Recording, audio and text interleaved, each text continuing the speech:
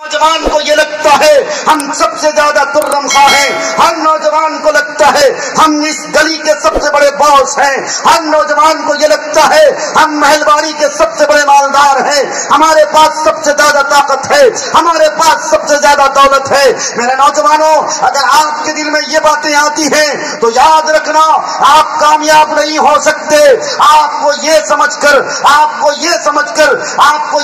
کر زندگی گزارنا پڑے گی کہ یہ دنیا ہے، اس دنیا میں کوئی رہنے کے لیے نہیں آیا۔ اگر بازوؤں میں اللہ نے طاقت دی ہے، اگر زبان میں بولنے کی صلاحیت دی ہے، اگر چہرے میں اللہ نے حسن دیا ہے، اگر آنکھوں کو دیکھنے کی روشنی بخشی ہے، روشنی کی صلاحیت دی ہے، تو آپ اس کو اللہ کے دین کے خاطر، رسول اللہ کے پیغام کے خاطر سنبھالو۔ اگر ایسا کرو گے تو انشاءاللہ آپ کے بازوؤں کی طاقت بھی پھر ایک اچھی طاقت میں شمار ہو جائے گی۔ ورنہ اگر بازوؤں کی طاقت اس لیے ہے، قرآن کریم میں اللہ تبارک و تعالی فرماتا ہے هل أتى على الإنسان حين من الدهر لم يكن شيئا مذكورا إنا خلقنا الإنسان من نطفة۔ اللہ تبارک و تعالی نے زمانے کی قسم کھائی، اور زمانے کی قسم کھانے کے بعد ان نوجوانوں کو،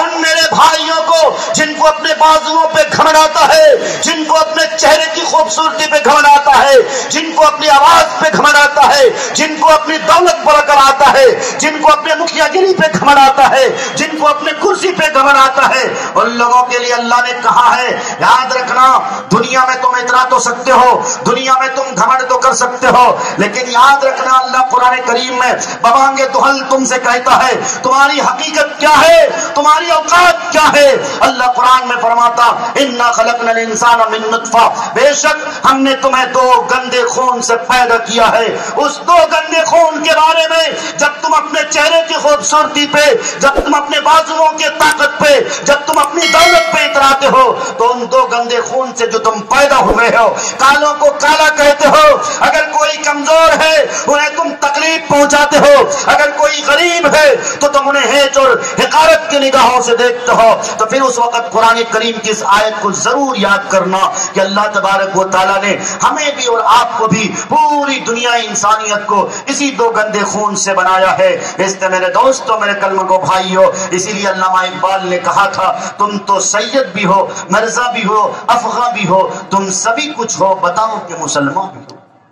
ہو۔ کیا مسلمانوں والی صفت ہے؟ آج ہم جلسہ سننے آئے ہیں،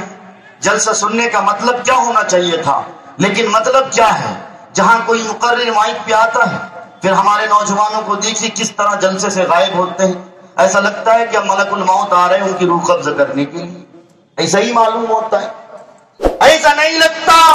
کہ یہ جو مقرر آ رہے ہیں یہ کوئی اپنے باپ کے گھر سے کوئی بات پہنچانے کے لیے نہیں، بلکہ نبی پاک صلی اللہ علیہ وسلم کی چھوڑی ہوئی وراثت جو انہی غلامان نبی کو ملی ہے، یہ اپنے باپ گھر سے کچھ نہیں بتاتے آپ کو، یہ تو نبی پاک صلی اللہ علیہ وسلم کی چھوڑی ہوئی وراثت آپ کو بتاتے ہیں، آپ تک پہنچاتے ہیں۔ میرے دوستوں، میرے کلمہ کو بھائیوں، انشاءاللہ باتیں کل بھی ہوں گی۔ مجھے آپ سے صرف یہ وعدہ کروانا ہے، چونکہ میں نے قرآن کریم کی آیت پڑھی ہے وَاعْتَصِمُوا بِحَبْلِ اللَّهِ جَمِيعًا وَلَا تَفَرَّقُوا، اے میرے دوستو یہ وعدہ کرو کہ انشاءاللہ آج کے بعد سے ہم اپنے سماج کو بھید بھاؤ سے پاک کریں گے انشاءاللہ۔ آج انشاءاللہ کوئی بھائی میرا یہ نہیں کہے گا یہ بریلوی ہے، کوئی یہ نہیں کہے گا کہ یہ سلفی ہے، کوئی یہ نہیں کہے گا کہ یہ غیر مقلد ہے، بلکہ آپ سب کو، ہم سب کو، میں نے بخاری کی حدیث پڑھی، نبی پاک صلی اللہ علیہ وسلم نے فرمایا کہ تم مکمل ایمان والے اس وقت ہو گئے، تم کامل ایمان والے اس وقت ہو گئے، المؤمن للمؤمن کالبنیان، ایک مسلمان بھائی کے لیے تمہیں شیشہ پلائی ہوئی دیوار کی طرح بننا پڑے گا۔ اللہ کے نبی صلی اللہ علیہ وسلم نے فرمایا جس طرح سے ایک مکان تیار ہوتا ہے اور مکان کے تیار ہونے میں کس طرح سے ہم پلر کو گاڑتے ہیں، کھمبے کو اس کے پر ٹکاتے ہیں، جب جا کے سلیب دیتے ہیں، جب جا کے اس پہ چھت پڑتی ہے، بتاؤ تو صحیح اگر پلر کو منہدم کر دیا جائے، اگر اس پلر کو گرا دیا جائے تو وہ مکان ٹکے گا؟ وہ مکان نہیں نہیں ٹک سکتا پھر تو وہ چھت زیر زمین ہو جائے گی۔ میرے دوستوں، میرے کلمہ کو بھائیو، نبی پاک صلی اللہ علیہ وسلم نے ایسے ہی مثال دی ہے کہ مسلمان کو تکلیف پہنچے، محل باڑی کے مسلمانوں کو اگر کوئی تکلیف پہنچائے، ادھر پتلوا کے بھائیوں کو کوئی تکلیف پہنچائے، وہاں پر اگر کوئی مصیبت آئے، آگ زنی ہو جائے، یا کسی نے ڈاکہ ڈالا، یا کسی کی موت ہو جائے، تو محل باڑی کے مسلمانوں کو چاہیے، پچھلا کے مسلمانوں کو چاہیے، ڈائٹن کے مسلمانوں کو چاہیے، ادھر کے مسلمانوں کو چاہیے کہ اس جو ہمارے پتلوا میں آگ زنی ہوئی ہے، ڈاکہ زنی ہوئی ہے، یا کسی کی موت ہوئی ہے، یا کوئی مصیبت میں مبتلا ہے، ان کی مصیبت میں برابر کے شریک ہوں۔ جب ہمارا ایمان اس خوبصورتی سے پاک ہوگا، اس خوبصورتی سے جب میرا ایمان مالا مال ہوگا، تو میرے دوستوں، میرے کلمہ کو بھائیو، پھر دنیا کی کوئی طاقت ہمیں نہیں مٹا سکتی ہے۔ میں نے بخاری کی حدیث پڑھی، اس کا مفہوم یہی ہے، المؤمن للمؤمن کالبنیان، مومن مومن کی طرح